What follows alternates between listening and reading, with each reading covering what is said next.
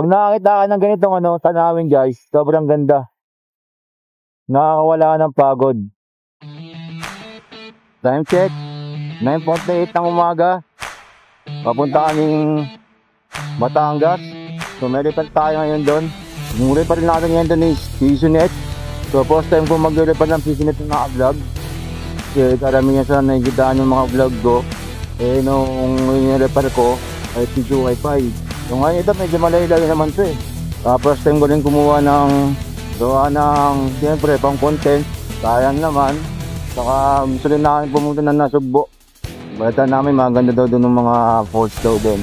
So samahan nyo kami sa bagong adventure namin papuntang Batangas. Dahil si mga ng kulot. Huwag nyo pong gagayahin yun. Delikado po yun. May footbridge naman po. Dapat doon po kayo dumaan. Kung nagmamadali kayo mag footbridge pa rin kayo. Kasi delikado. Mabuntulot ka ng biyahero. Ginawa pa ng problema ng biyahero. Maghuwag tayo maging tanga sa daan. Sa Quezon City pa lang kami. Malayo pa mabiyahin natin. So ayun, nasa Paranaque na tayo. So may gilid tayo naiiya ngayon. So ayan nung airplane ng Philippine Airlines.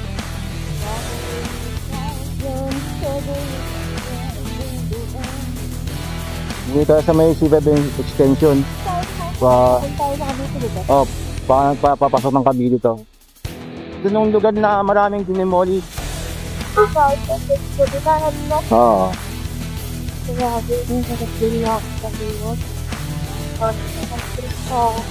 Ito nung C5 extension, so agad papuntang Cavite. Nakakabili na tayo. Ito may Cavite nila, kahit kami na maganda ng matada. Mga 2 oras pa. Papuntang Nasugbo, Batangas. College. Pero wala pa pasok mga college, diba?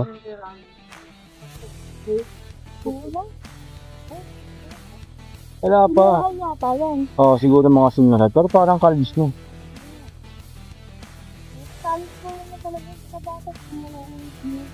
Oo. Buti lang hindi natin inaabot yun. Hanggang 4th year lang sa atin. Pasakit lang yan ng K-12 na yun eh. Tusin lang eh. Wala naman silbi.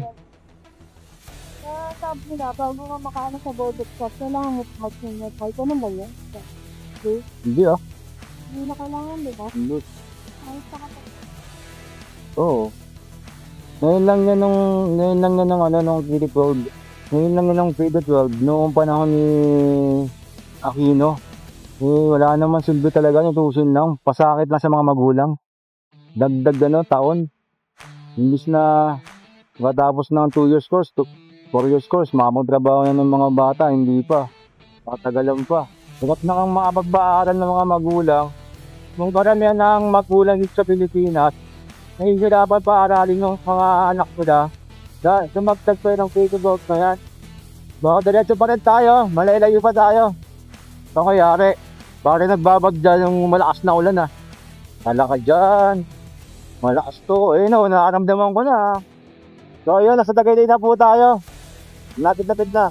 Pero inabot namin ng ulan, kaya kapotnat namin. Dito sa Tagaytay, andi dito nung Taal Lake. Mga ginong tanawin nakaka-relax. Madulas sa kalsada. Sa mga biyahero, magdoble ingat po tayo dahil madulas sa kalsada ngayon. Laging makulat. Basta magpasok ng August, July, August, mauulan yan mga yan. Ha? Dito? Pwede kasi malamig dito sa Tagaytay. Para bang para siyang Baguio. Pero hindi siya sinlamig ng Baguio. Malamig lang siya, pero hindi dito sa Baguio, pero malamig talaga. To Batangas, Alfonso. Malapit naman tayo sa may Batangas. Babasa na ng mic ko. Kahit na kayo dyan. Nabubuhay ng mga pine tree dito. Kasi malamig na dito eh. At sandal pala ngayon. Ang daming bunga ng sandal. May kita ako. Kaya may makikita ka ng mga pine tree. Ibig sabihin yan, malamig dito. Kasi ang pine tree, hindi basta-basta nabubuhay yan sa sa may nalugat.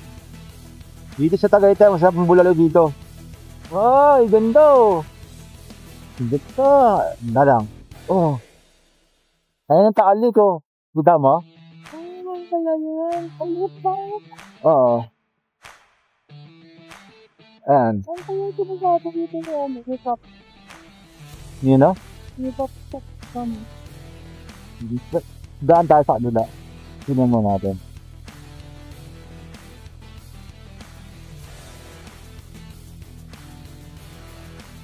Oh, ganda oh. Bababa ka tayo dyan mamaya. Saka, Oo. Ganda. Batangas ba yan? Oo. Eh. Bababa pa tayo dyan mamaya. Ayan oh. Nasubo na pala ito. Oo, Nasugbo. Highway. Oh, di ba ang ganda? Pag nakakita ka ng ganitong tanawin guys, sobrang ganda. Nakakawala ka ng pagod. Kaya maraming rider na ang hilig talaga pagmumotor. Kasi ganito nga sa mga kalimita sa mga nakikita namin yung ganito. Ganito kaganda. Parang kahit saglit man lang, mawala nung stress mo. Mawala nung iniisip mong mabibigat pag nakakita ka ng ganyang mga banayos. So, diretso na tayo sa ating client. Pinakita ko lang. Sobrang ganda. Kasi kasi ng mga taong kami ng mga taong talagang higit namin bumiyahe. But hindi wala kaming repet. Talagang bumabiyahe kami ng malalayo. Kaya asahan nyo, makakita kayo sa vlog ko na adventure. Napakaganda oh. Yun ang lugar na to. Nakakawala siya ng pagod. Sobrang ganda. Nakakain ka na yan? Daging nalat na senyorita. Senyorita, na maliliit. Dami yan dito, masarap yan. Ha? Ayan oh, hindi, wala sa atin yan. Ayan, maliliit na yan. Maliliit lang yan. Ayan oh. Maliliit lang yan. Mamaya, bili tayo yan. Magandito ka sa Tagaytay, feeling mo na sa Baguio ka na rin kasi yung lamig niya. Pumapantay sa lamig ng pumapantay sa lamig ng Baguio. Kita niyo naman ng mga fog. Diba? Parang nasa Baguio ka rin. Nasa Alfonso na tayo. Mag-aalas 2 pa lang ng hapon pero parang dito para mag-aalas 5 na. Oh, ganda oh. Maliit lang talaga Tagaytay. Pero ang Tagaytay parang little Baguio no? Na? So, hindi siya ganun kalamig. Pero kahit paano malamig pa rin talaga siya. Oo, sa Baguio hindi tayong dalawa eh. Lalo sa Benguet, papuntang Atok, ay grabe doon. Sa mga manglalakbay, guys, try nyo nung Atok Benguet. Highest point sa Pilipinas, maganda doon, sobrang laki. Basta may mga part ng Cordillera region, yan, malalamig yung mga yan. Di ka mapapagod sa biyahe pag dito nakikita mong mga planawin. Yung nakikita nyo nung nakikita ko guys, sobrang ganda. Kasi nasa may kabilang gilid doon sa may side sa baba, kaya hindi makikita ng camera eh. Guys, hindi po malabo ng camera ko ha. Wag po yan. Nasa Batangas na tayo guys. So ayan, maligayang pagdating sa lalawigan ng Magigiting. Welcome to Nasugbo. Feeling ng ganito. Nakawala ng pagod, nakawala ng stress. Kahit paano, kahit sa sandaling oras lang, wala man lang ng problema mo na iniisip. Sobrang solid, sobrang ganda. Gudang ganito ng mga gustong-gusto namin mag-asawa. Kaya nagkakasundo kami pagdating sa Meray. Diyan para ng adventure. Kaya lang ating mag-hazard, night light. Kasi medyo delikado na madidig. Dinilim sa hamog. Bakit wala na makikita. Ang tanda sa papatakbo. Pilas na ang kalsada, hindi po maikita. So, hindi na po tayo. 10 minute nila. Parang hindi na nagagamit ito lahat. Tambak na lahat sila. Pakita natin ayusin lahat. So, down. Pagbukas ko ng nakakuryente ako.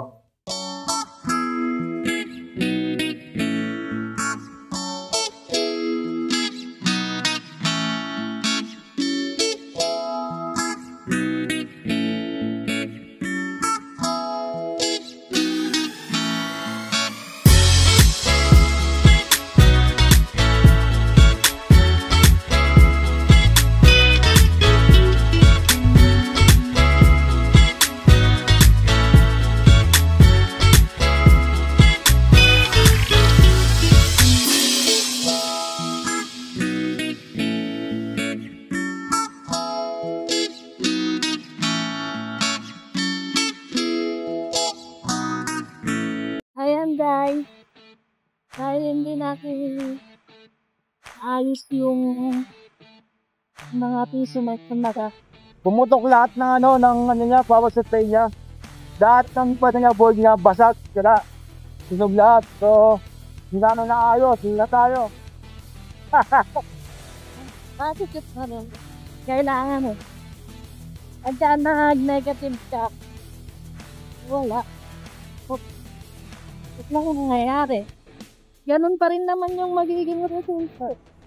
Diba? Oo. Diba? So, nagbigay naman sila sa atin ng tamata. Kailangan. Lahat po ba ito? Tumatama may road traveler natin kapag malayo ka. Kasi sinicheck ko po lahat ng gamit ng ako rin nag-assist sa kanya. So, sinicheck ko rin. So, pag naantok sa akin, napakagagawin ko sa akin. Pag malayo ka, so kasarapat sa kanya. Nakapag-isang mo daw. So, ayan na nga. Kaya harap ko na pinaka-era. So, ayan guys. Hindi natin naayos eh. Yan talaga. Kasi, ang problema naman doon, mukha may pumutok na kuryente doon, tapos lahat ng board niya sabog. As in talaga. Tapos, nung main board niya, talagang hindi na gumagana. Ang baho nga, pagbukas ko, may amoy sunog na talaga. Kaya yun, uwi tayo ng nilan na ayos yun. Sayang, binidyoan ko pa naman, ang haba-haba ng video ko, tapos, ganun lang. Wala eh. Yung isa ko pala. So, yun na siguro. Diretso muna tayo. Ano natin ng view ng na Tagaytay. Silipin na natin yung view ng Tagaytay. Ganda oh. Sheesh! Woohoo! Let's go! Dapat ganun na, maging positive lang tayo. Layo, kahit malayo man nung pinanggalingan natin maging positive lang tayo. Okay na yun. Ganda oh. Parang nung modern house. No, parang Japan yung usong bahay sa Japan, parang ganun eh. So, hinti muna tayo dito. Gusto ng aking music.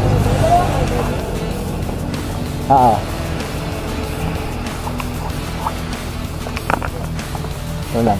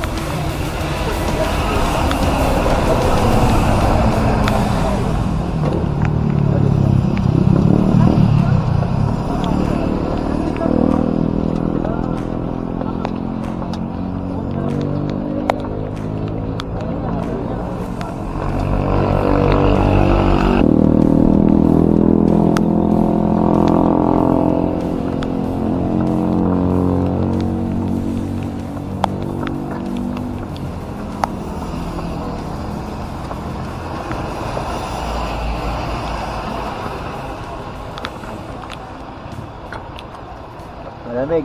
Kaya mo na baseball.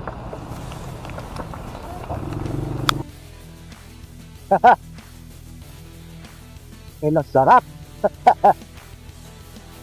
Pumunta ng Batangas para lang mag-fishball. Ayan doon ang Lemery, pag ganon. Doon tayo diretso, Tagaytay. Ito Lemery. Ano po yung part ng Lemery na? Doon nga pinuntahan natin nung pasad. Twin Lake. Oh. Ha? Hotel ba to? Okay na to. Hotel lang, sabi mo. Tingin? Hindi, may sayote na naman oh. Saan? Hindi, hindi daw rin. Hindi, sayote? Hindi.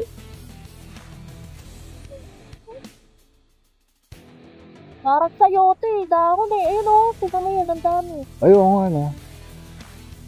Diba? Oo. Tigo-tigo na naman yung sayote. So ayun guys, medyo dumidilim na. Nasa Tagaytay pa rin tayo. Siguro dito ko lang tatapusin ng vlog ko.